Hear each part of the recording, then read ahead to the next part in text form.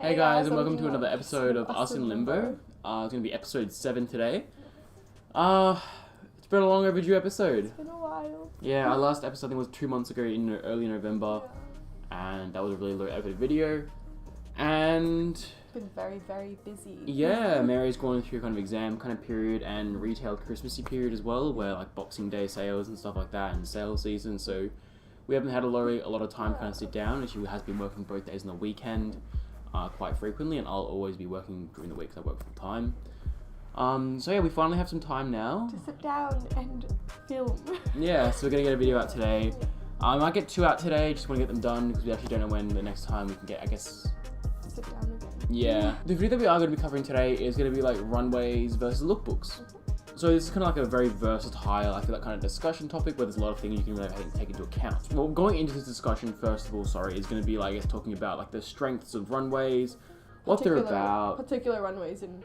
Yeah, a few particular runways, I guess maybe the generic aesthetic. We are going to be missing a few most likely here because we aren't like insane experts on everything and know every single runway in existence. We know more of the popular ones, so maybe slightly more obscure ones.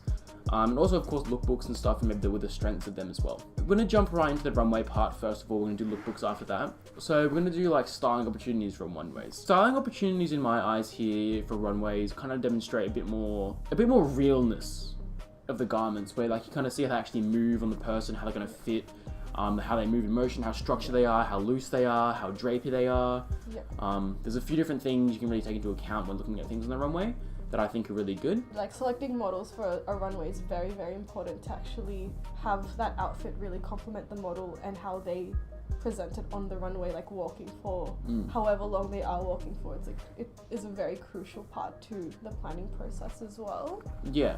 There's a lot of different factors that come into play with runways and such, and I think that's one of the things that do have over lookbooks is that you can actually see the items in motion. As far as I'm aware, I don't actually know of a lookbook that has clothes, like animated lookbooks.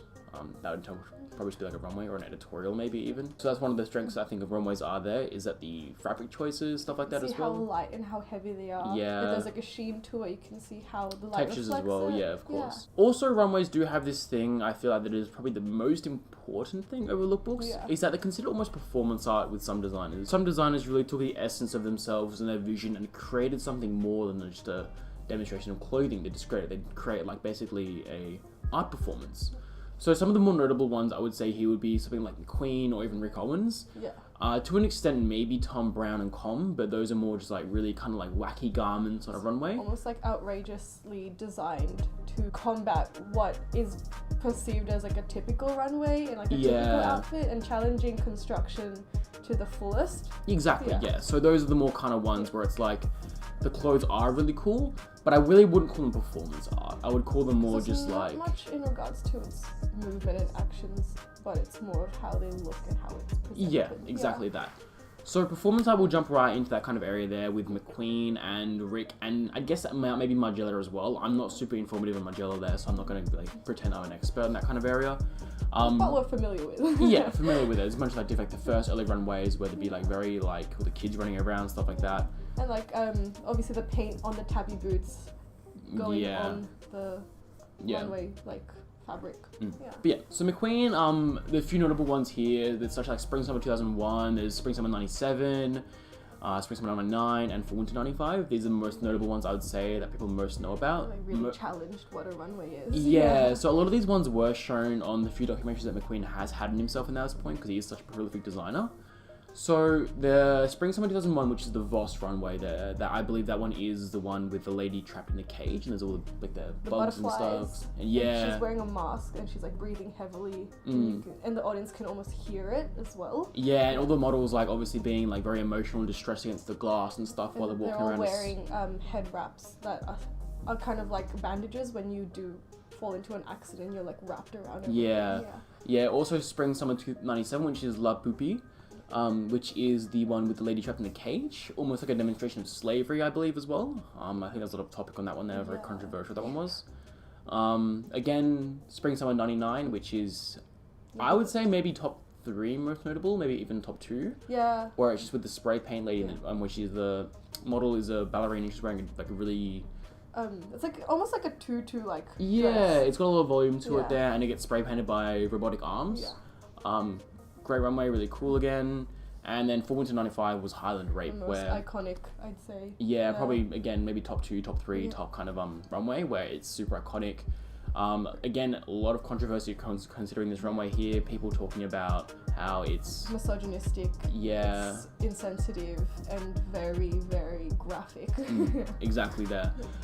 So these performances here all considered, I would say, performance art runways, but there's more than just clothing to it. There's a story behind it, which is really cool. It's like very much directed and like there's a lot almost acting to it as well. Yeah. With the models. Yeah. Yeah. It's a character that they have to portray while they present the clothes. Exactly that. Yeah, it's really cool to watch.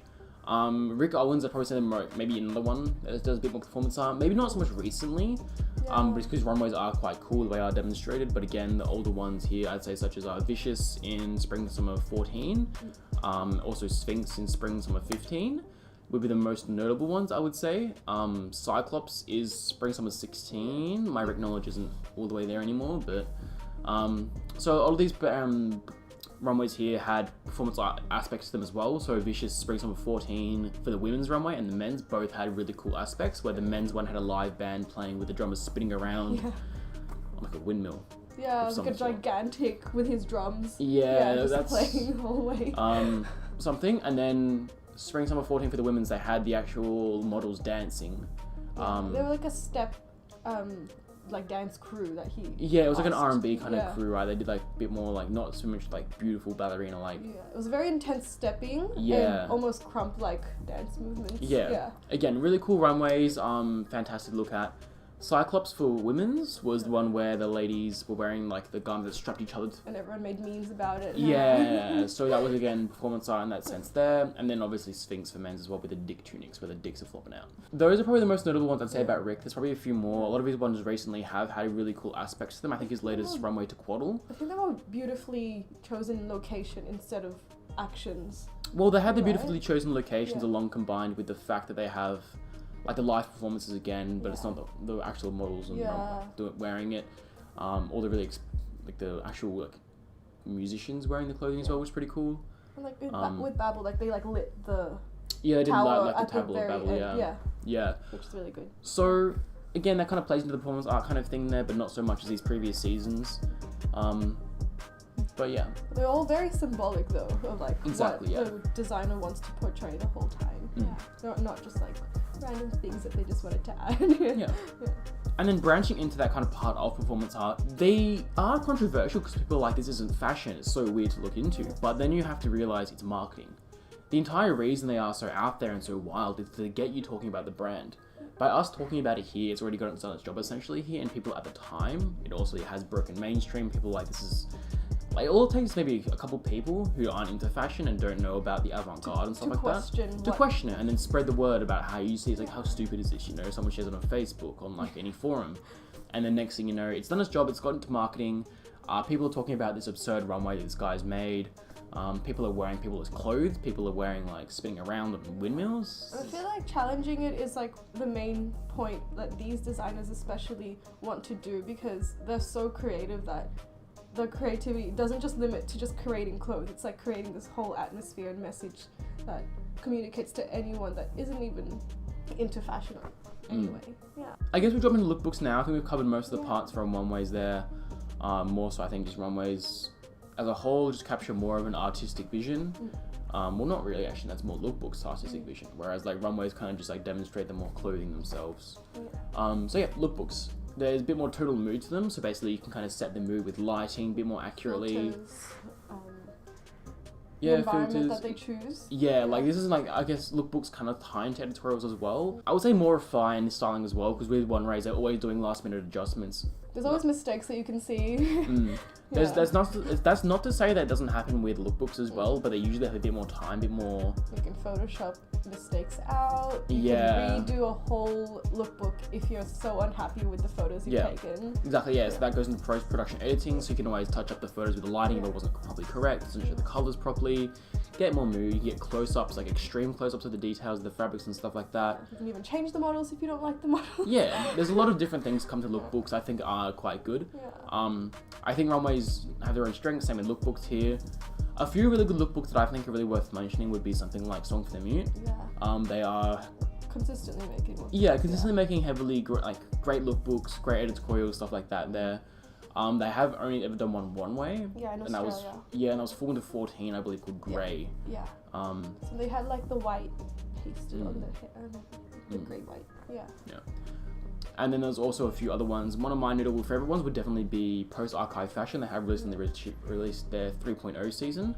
Well, I guess lookbook / editorial, and it's again same kind of suit, where it's very edgy, avant-garde, crazy deconstruction, stuff like that. It's absolutely fantastic. Obviously, we're gonna throw photos with everything here on the screen. And Half always plays really well with negative space.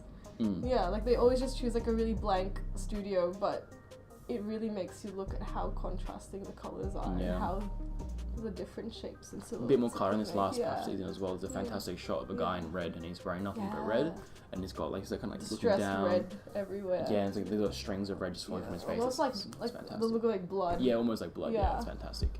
Kozabura as well is one of my more favorite brands as of recently as well.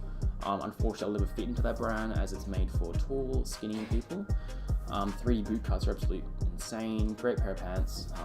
Good yeehaw Johns. Yeah, like the lookbooks themselves, it's like super. Like the first lookbook was like the Fall Winter 18 one, and that was like it was actually very cowboy-esque, which is it's so nice. Yeah, it's like the actual goal of the brand. Like the orange lighting and everything. Yeah, exactly that. Yeah. Spring Summer 19 was similar, but in more like a forest location. Yeah. But the same kind of aspect though. Yeah. They usually do like a lot of dim lighting, and it's like very consistent. Books, Spring Summer 19 though, it wasn't so much. No, Fall Winter 19 wasn't so much. There was a bit more tracksuity and stuff like that. So that's kind of, I guess, the discussion today on like lookbooks, runways. Not a super long video, but we have, I feel like, covered everything in. We'll share photos of everything. Yeah. But yeah, so we're gonna get another video done for you guys today as well. There'll be 2 uploads today, just to get something out. Say sorry for the 2 months of sorry to those people who do actually care about our videos and such like that. But yeah, thanks again for watching and have a nice day. Bye.